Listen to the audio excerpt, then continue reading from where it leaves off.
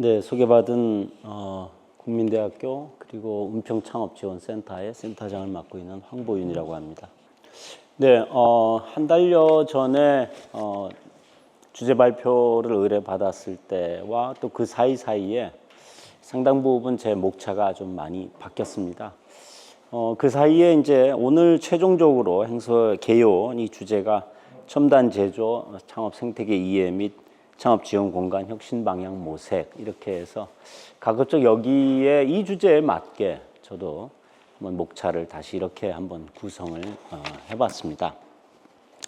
모든 거는 필요와 그 다음에 꼭 필요한 그 페인킬러 뭐 이런 것이 저는 창업도 그렇고 어떤 시설도 그렇고 또 서비스를 제공하는 사람도 그렇고 다 거기에 기반이 되겠다.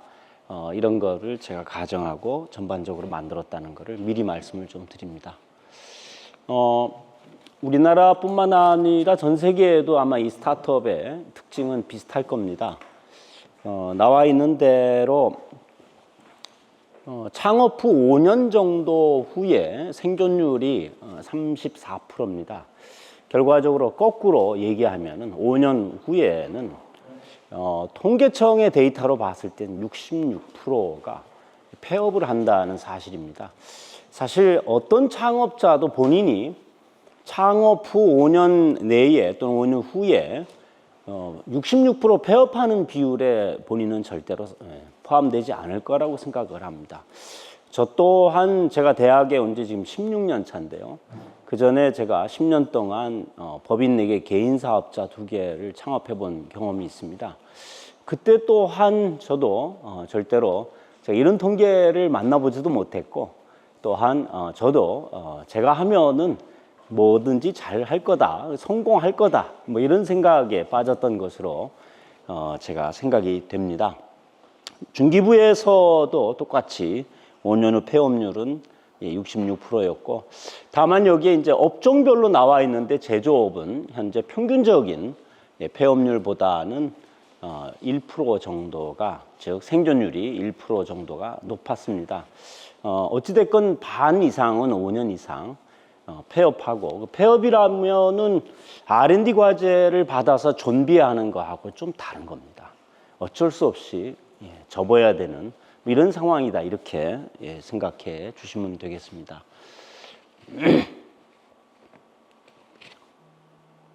그러면 스타트업 인큐베이터의 역할이 뭘까? 앞서 그런 실패가 5년 후에 66% 또는 56%에 육박하는데 스타트업 인큐베이터는 스타트업 성공을 일으켜야 되겠다. 그런데 사실 이 스티브 게리 블랭크라고 아마 여러분들 잘 아실 겁니다. 린론치패드를 주창했던 창업자이기도 하고 투자자이기도 하고 또한 버클리와 스탠포드에서 강의를 했던 교수이기도 합니다.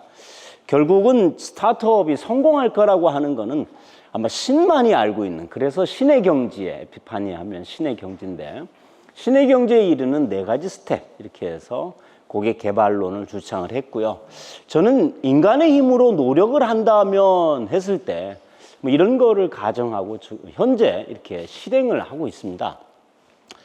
아무래도 만약에 반려견, 전 사람의 이런 거를 좀 적용해 보기엔 너무 끔찍해서 만약에 내 너무 귀여운 어린 아이인 이 반려견이 요즘 이제 뭡니까?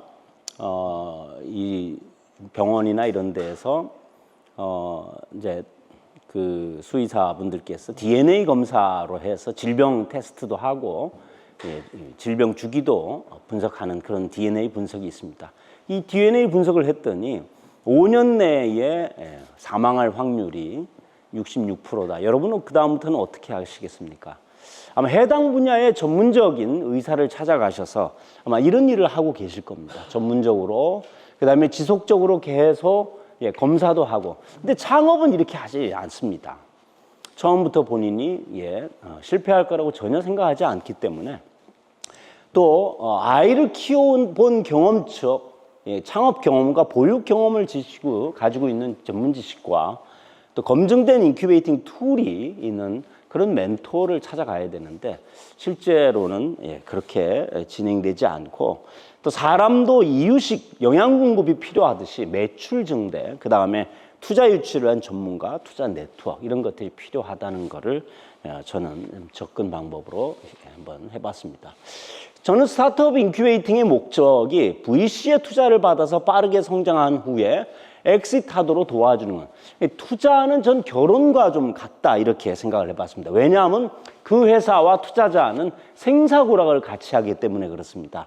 근데 VC는 이미 숫자가 어느 정도 있는 투자를 합니다. 그래서 이미 어떤 성장한 상태에서. 근데 인큐베이팅 단계는 그렇지 않습니다. 숫자가 없습니다. 마치 이런 겁니다. 적당한 비유가 될지는 모르겠는데요. 이 여성분이 결혼을 하려고 하는 이 남성분에 대한 어떤 외모, 그래서 기업의 외형이라든가 회사 구조, 구성원, 업종 이런 건 알 수 있죠. 건강 상태, 성격 이런 거는 기업의 현금 수익에 저는 빗댄다. 그 다음에 직업, 장래성, 계속 성장할까? 이런 거를 보고 아마 결혼하시지, 오직 사랑이라고만 하실 수도 있겠지만 실제로 그 베이스에는 이런 것도 있지 않을까. 다만 인큐베이팅 단계에는 모릅니다. 이 아이가 또는 이 단계에서 과연 이렇게까지 성장하게 될지는 정말 알 수가 없습니다. 그래서 저는 이렇게 한번 접근을 시켜봤습니다. 갓난아이를 어떻게 키워야지. 근데 저는 은평창업지원센터를 2년째 은평구에서 의뢰를 받아서 인큐베이팅, 제가 이제 인큐베이팅 해본 경험은 지금 15년째 하고 있습니다. 처음 교수가 됐을 때 2009년에 제가 호서대에서 교수가 되자마자 바로 인큐베이팅 센터를 중기부에 프로포저를 내서 시니어 창업 보육센터 이런 거를 제가 서초동에 유치를 해서 진행을 해본 경험이 있었어요.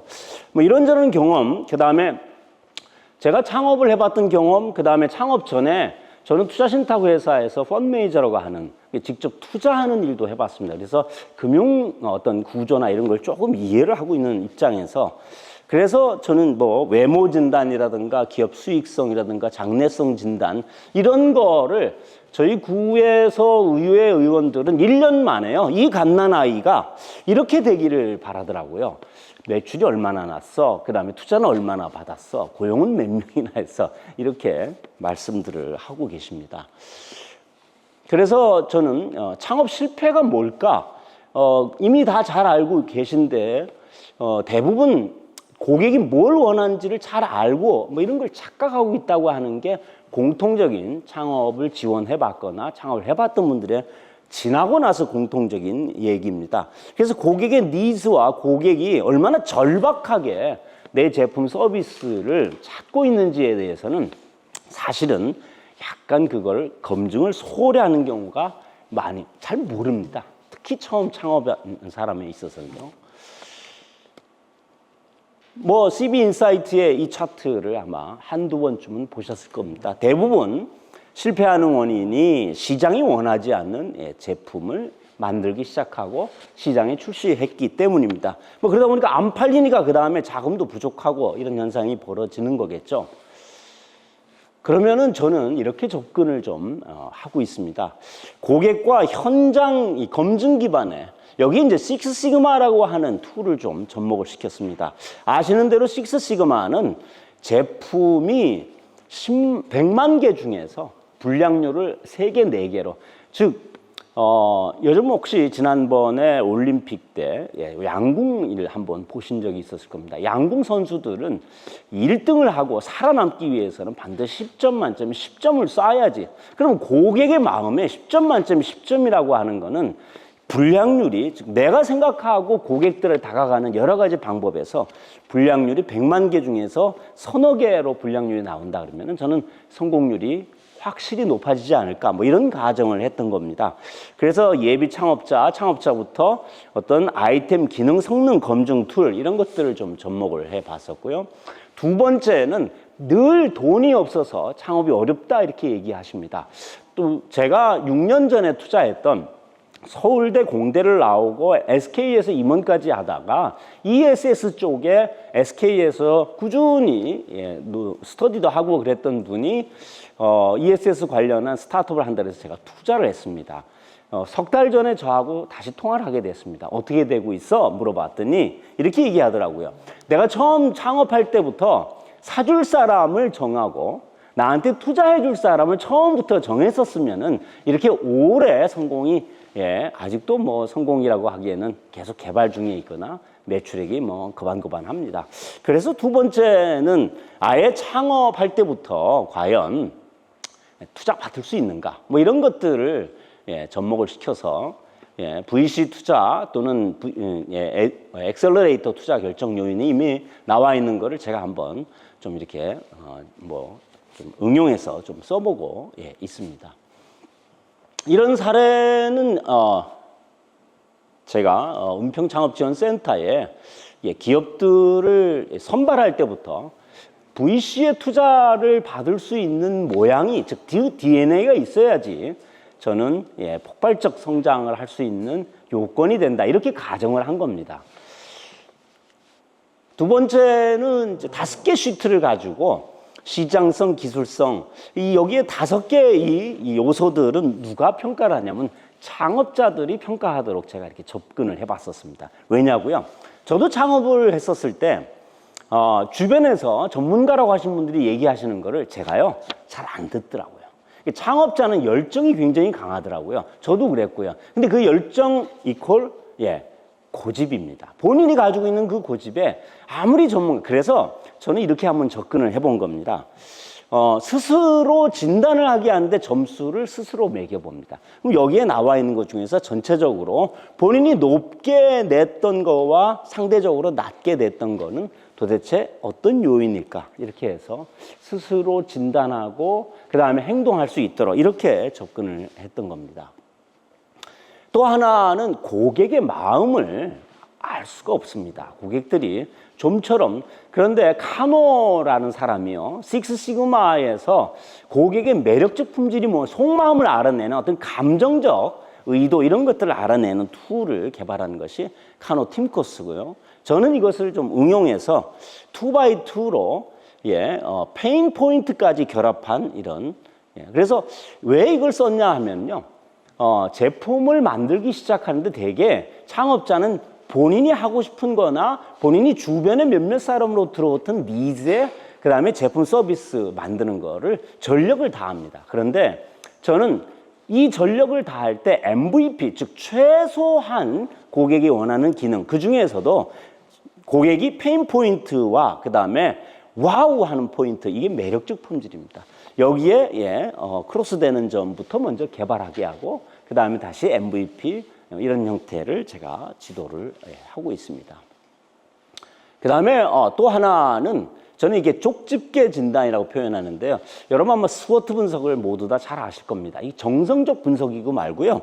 대개 이 스워트 분석은 여기 나와 있는 요소들이 전부 다 동일한 가중치, 동일한 영향이라고 보통 가정을 합니다. 그런데 사실은 그렇지가 않죠. 현실 시장에서는요.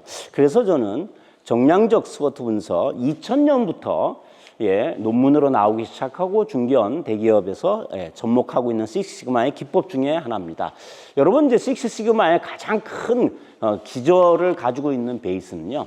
이런 참 좋은 말이 있었습니다. 측정되지 않는 것은 개선할 수 없다. 어느 회계학자분께서 얘기하신 그건데 그래서 모든 걸 정량화하는 걸 이렇게 저는 은평창업지원센터에서 사례로 한번 말씀을 드려보고 싶습니다. 스타트업 대표들한테 니즈를 한번 물어봤습니다. 여러분들한테 물어봐도 공통적인 게 이런 거라서 제가 이런 내용들을 사전에 좀 인지를 했고요. 그 다음에 과연 니즈가 뭘까? 제조 분야에. 그래서 제가 접근했던 거는 코비드-19 이후에 제조에서 원하는 게 뭘까?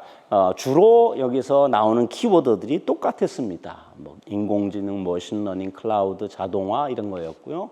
그 다음에 제조업계에서 공급망 불안 이런 거를 겪었죠. 그래서 글로벌 거점 전환, 그 다음에 니쇼어링 전환 때문에 이게 탈글로벌가 아니라 가까운 곳에서 가급적이면은 서플라이 체인을 구성하고 만일의 사태에 어떤 거를 대응하는 이런 접근이었습니다. 그래서 공급망 자체의 안정, 그 다음에 이거를 자동화하고 그래서 주기도 단축시키는 보고 주기를. 그다음에 인재 이탈이 심각했습니다. 현재 지금 제조에 계신 그 인재들과 그다음에 앞으로 as is to be의 인재 상이 많이 달라서 이것을 어떻게 해결할 건가 이런 것이 제조업들이 가지고 있는 고민이었고요. 그래서 과연 직원 중심의 스케줄링 최적화 디지털 도구 이런 것들을 필요로 한다는 거를 제가 이런 자료를 통해서 알게 됐고요. 그래서 AI나 머신러닝 기반의 자동화 도구 그래서 직원의 스킬이나 역량 이런 것들을 파악해서 커리어 여정 구축 이렇게 하는 방법을 필요로 하고 있다 이런 걸로 발견할 수가 있었습니다. 학습 및 개발 프로그램도 현장 근무자 중심으로 하는 그래서 경험을 기반으로 그 경험을 어떻게 업그레이드 시킬까. 세 번째는 사전 리스크를 완화 목적으로 모두 다 알고 있는 디지털 트랜스포메이션 이것이 모두 다 가속화되고 있었습니다. 필요로 했고 그래서 고급 디지털 기술에 투자하는 것이 제조업들의 현재 현상이었고요. 그다음에 경쟁 우위를 위해서 가급적 클라우드 기반 시스템으로 원활한 통합, 그다음에 실시간 데이터 액세스를 통해서 롤링 예측이라든가 모든 조직의 구성원들이 계획에 참여하도록 하는 이런 툴을 필요로 하고 있구나 이런 거를 발견하게 됐고요. 마지막으로는 업스킬링이었습니다. 결국은 재용접, 가공 이런 물리적 도구 경험이 있는 근로자를 AI 자동화, 로봇공학 이런 쪽으로 혁신적 기술을 이해하도록 하는 이런 접근 방법이 제조업에서 필요하다는 거를 제가 좀 정리를 해볼 수 있었습니다. 그래서 종합적으로 한번 정리를 해보면요. 공급망 탄력성을 높이기 위한 로봇공학과 자동화 분야, 그 다음에 가동 중단 위기에 민첩하게 대응하기 위한 디지털화된 데이터 수집 계획 프로세스, 그 다음에 AI 활용을 해서 직원의 어떤 자격 요건 가용성 이런 걸 고려해서 직원 자체의 개개인의 경험의 스케줄링 니즈를 높여주는 그런 접근, 현장 근로자를 위한 학습 개발 프로그램, 선제적 리스크 완화를 위한 트랜스포메이션 솔루션 이런 것들이 필요하다는 거를 정리하게 됐습니다. 또 한 번의 제가 정리는 뒤에서 설명드리를 한 26개의 인큐베이팅 센터 전 세계적으로 한번 찾게 됐고 그중에 북미와 유럽에 있는 몇 가지만 제가 사례를 한번 설명을 드리고 그중에서 그 사례들에서 이 회복력과 그다음에 어댑테이션 이런 것들이 매우 요즘 스타트업 중에서 뜨고 있는 분야다 이런 거를 알 수가 있어서요. 그 이유는 이제 공급망의 다각화, 디지털화, 버퍼 구축, 그다음에 서스테이너빌리티 이런 거에 반응하기 위해서였다. 그다음에 트랜스포메이션은 물류 부분에서 자동화 시스템 이런 것들을 제조 쪽에서 매우 현장에서 지금 최근에 매우 필요하다. 그다음에 전기차와 자율주행, 그다음에 디지털 트윈과 IoT, 그다음에 역시 시스템 이런 형태다. 그래서 이제 사례를 몇 가지를 한번 사실 이 사례를 시간만 더 있으면 더 각 사이트마다 좀 더 들어가고 정말 뭐 시간과 비용이 된다 그러면 직접 가보고 싶었습니다. 어떻게? 왜냐하면 현장에서 가보는 거하고 또 좀 많이 다르지 않겠습니까? 그래서 미국에 있는 그린타운 랩스라고 하는 곳이었는데요. 모두 제가 찾은 것 자체가 제조 스타트업 인큐베이터들이었고요. 보스턴 근처에 있고 여기는 이제 주로 클린 테크놀로지입니다. 기후 어떤 변화 관련된 스타트업 이런 것들의 제조 분야 지원을 하고 있었고 그 다음에 여기 투자자와 기업 파트너들과의 어떤 네트워킹 제공, 그 다음에 전문 멘토단 계속적으로 여러분은 제가 지금 드리는 자료에서 멘토단이라고 하는 걸 계속 중복적으로 보실 수 있을 겁니다. 그린타운에서 제가 인상적으로 봐서 제가 여기 화면에 실은 거는 멤버들이었습니다. 농업 분야 스타트업, 또 빌딩, 또 기업 회원들, 기존에 있는 기업 회원들이죠. 전력 관련 회원, 그다음에 제조, 아까 회복력이나 적응, 애더프테이션에 관련된 회원들, 그다음에 트랜스포테이션 회원들, 이런 회원들이 막 미국의 스타트업들 중에서 뭐랄까요? 이 스타트업 중에서 좀 많다? 뭐 이렇게 제가 좀 정리가 됐고요. 그 다음에 이제 이 그린타운 랩스의 파트너들을 많이 모집하고 있습니다. 전략적 파트너나 투자자, 고객, 그 다음에 파일럿 사이트, 즉 파일럿을 개발하기 위해서 함께 도움을 주거나 아니면은 같이 비즈니스를 할 수 있는 그런 회사들. 그 다음에 기업 파트너가 과연 얻게 되는 이득은 뭔가? 여기 이제 업계에서 획기적 기술, 이 스타트업들이 주로 획기적 기술들이 접목을 하니까 이런 걸 소개받을 수 있다. 그 다음에 지속 가능한 비즈니스를 또 기후 공약을 입증할 수 있는 그런 기회. 그 다음에 창업가와 기업이 아이디어를 교환하고 아마 이 얘기는 오픈 이노베이션과 유사한 얘기로 이렇게 이해할 수 있겠습니다. 그 외에 피치데이, 그 다음에 점심 식사와 학습, 그 다음에 오피스 시간, 견학, 기업 혁신의 날, 그 다음에 산업 리더십 위원회 참여, 그 다음에 사무실 사용 이런 것들이 베니핏이었고요. 테크샵 아마 여러분들 한두 번 들어보셨을 그런 시설이죠. 여기는 이제 최첨단 제조 장비, 3D 프린터나 CNC 머신, 그다음에 레이즈 커터, 그다음에 이제 제공하고 있는 시설들이 플라스틱 전자 실험실, 목공서, 그다음에 섬유부서, 용접 스테이션, 강의실, 회의실이었습니다. 무료 커피와 팝콘을 제공하고 있었고요.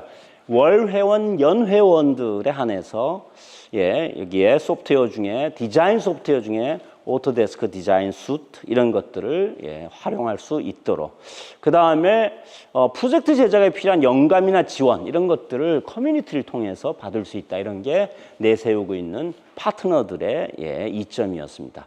하나 제가 좀 특이해서 넣어본 게 청소년 프로그램 그 다음에 프로토타이핑 서비스는 아마 이런 게 당연히 있겠지. 근데 이 청소년 프로그램이었습니다. 대부분 주변에 있는 지역의 청소년과 커뮤니티에 공헌하는 그런 프로그램도 있었다. 이런 게 제가 보면서 좀 특이해서 좀 집어넣어 봤습니다. 그 다음에 M허브라고 시카고에 있는 역시 제조 스타트업 지원센터였고요. 코워킹 스페이스와 워크샵 그 다음에 다양한 제조 툴이나 또 멘토십이죠. 그러니까 누구나 한번 인큐베이팅을 해보고 오랫동안 하셨던 분이라면 멘토가 굉장히 중요하다 이런 것들을 잘 알고 계실 겁니다. 그 다음에 스타트업과 기존 산업과 연계한 이노베이션 프로그램 이런 것들이 제공하고 있는 강점이었다. 그리고 제공하는 게 또 최첨단 시제품 제작 실험실, 마이크로 팩터리, 그다음에 인재 파일. 앞서도 제조 대표들이 니즈를 조사할 때 이런 것들이 꼭 필요했습니다. 사실 스타트업에 우수한 인재들이 잘 안 오는데 더더구나 우수한 제조 인재들을 얻기가 어려운데 그런 파이프라인을 제공한다 하는 것이 장점이었고요. 그 다음에 탄탄한 제조 공급망, 벤처기업 투자자, 그 다음에 리더십과 기술. 저는 개인적으로 이 교육 중에서 요즘 은평창업지원센터에서 제가 하면서 조직관리 교육도 좀 하고 있습니다. 여러분 혹시 창업자가 됨과 동시에 혹시 조직관리의 달인이 된다는 걸 들어보신 적 있습니까? 네버, 절대로 그럴 수가 없죠. 저도 과거를 되돌아보면은 조직관리에는 아무런 경험이 없는데도 제 생각으로 사람들을 관리하지 않았을까 이런 생각이 들어서 요즘은 그거에 굉장히 시간도 많이 할애하고 있습니다. H허브의 성과가 이런 성과를 달성했다고 합니다. 또 이거는 이제 텍사스 오스틴에 있는 제조 스타트업이었고요. 여기서 한 가지 제가 그렇구나 하고 밑줄 친 게 바로 이 내용입니다. 대학의 캠퍼스들과 연결을 해서 여기에 우수한 연구 인력들과 공동으로 같이 하는 것이 필요하겠구나 이런 거를 제가 여기서 발견하게 됐고요. 그 외에도 또 지역과 국가 투자자, 그러니까 글로벌한 투자자들, 그 다음에 신뢰할 수 있는 전문 전략적 파트너, 대학과 기타 커뮤니티 제휴기관과의 파트너십, 딥테크 솔루션 이런 것들이 지원되고 있었습니다. 또 독일이었습니다. 독일의 인더스트리 4.0 관련 이런 넷제로 헬스케어, 사이버 시큐리티에 집중하는 것이었고요. 그 다음에 주요 프로타이핑 랩스나 매뉴팩처링 리소스, 그 다음에 이것도 제가 친 이유가 있습니다. 아, 대기업 파트너와 연계하는 것이 필요하겠구나. 사실 여러분 코스닥 등록된 기업의 70%가 B2B라는 것은 알고 계실 겁니다. 그만큼 사실 빠르게 성장하고 그 다음에 빠르게 IPO로 갈 수 있는 비즈니스 모델 중에는 B2B인데, 예, 대기업도 당연히 뭐 각자 CBC를 만들고 뭐 삼성의 C랩처럼 예, 그런 현재 혁신 활동을 하고 있지만은 또 지금 시기에 아주 시류에 빠르게 스타트업들이 하고 있는 것들을 연계하는 것이 이런 센터들이 할 수 있는 예, 역할이 아닐까 이런 생각이 돼서 줄치고 제가 한번 넣어봤습니다. 또 하나 좀 재미나게 제가 해서 정리해 본 게 기업과 스타트업 연계, 오픈 이노베이션이라고 하는 방법입니다. 일단 기존의 기업 혁신의 니즈 파악을 통해서 전 세계적으로 연결 가능한 스타트업을 스카웃을 1단계 진행, 두 번째는 2개의 기업들이 예, 협력할 수 있도록 매치메이킹과 세 번째는 협업을 지원하고 마지막 파일럿 성과 평가나 협업 지원 및 자금 지원 이렇게 4단계로 있었던 게 저한테 매우 인상적이어서 정리를 좀 해봤습니다. 또 네덜란드에 있는 하이텍 캠퍼스 아인트호반이었습니다. 여기서는 역시 대기업과의 협력 체계, 그 다음에 매우 캠퍼스가 넓었습니다. 얼추 뭐 하시는데도 한 2,000평 가까이 그러다 보니까 사무실, 공장 시설 이런 것들을 제공할 수 있었고 300개 기업들이 그 생태계를 구축하고 있다 이렇게 소개하고 있었습니다. 전체 창업가와 연구자, 엔지니어가 한 12,500명 정도 이상이 같이 근무를 하고 있었고 기술 검증 시설들 이런 시설들을 제공하고 있다 이렇게 했습니다. 사실 시간만 더 있었으면은 저에게 주어진 시간이 한 달 가까이 막 일일이 다 들어가서 한번 보고 싶을 정도로 제공하는 서비스들이 참 저에게 많이 좀 영감을 주고 있었습니다. 베를린에 있는 스타트업인데요. 제가 무엇보다도 이런 것이 궁금했었습니다. 이벤트와 엑셀러레이터 프로그램들은 어떤 게 있을까? 그 다음에 스타트업 D는 어떤 것들을 다루고 있을까? 그 다음에 서비스는 어떤 걸 제공하고 있을까? 이런 것들을 한번 보게 됐고요. 예, 그 다음에 영국입니다. 영국이 뭐 우리하고 또 비슷하게 정부 주도의 경제인데 여기도 캠브리지 대학과 전문가 협업 지원이 제가 굉장히 눈에 띄었고요. 그 다음에 지역에 있는 청소년들과의 진행하고 있는 프로그램 이런 것들이 눈에 띄었습니다. 마지막 장표입니다. 이런 거를 전부 다 제가 한번 종합해서 과연 오늘의 주제에 맞는 창업 지원 공간 혁신 방향 모색에 한번 이런 걸로 제가 제안을 드리면 어떨까 이런 형태로 한번 제가 방향을 설정해 봤습니다. 기본적인 시설은 제조 창업에 적합한 것들이어야 되겠죠. 편의 시설과 그다음에 커뮤니티 시설 이런 것들과 지원은 저는 인재 지원을 제일 먼저 1번으로 꼽았습니다. 사람이 없으면은 뭐 스타트업이 될 수 없고 그 다음에 MVP 시제품 제작 금융 지원, 멘토단. 이 멘토단은 제조 창업 경험이라든가 투자 경험, 기술 전문가들이 있어야 되겠죠. 그 다음에 솔루션 개발이나 확장 리소스, 그 다음에 이제 오픈 이노베이션, 즉 기존 기업의 혁신 니즈를 공개적으로 모집하고 전 세계 스타트업들 중에서 같이 협업할 수 있는 기업을 찾아주는 역할 이런 것들이 있으면 참 좋겠다 이런 생각이 그러면은 대기업도 중견 중소기업도 오지 않을까 이런 생각을 하게 됐습니다.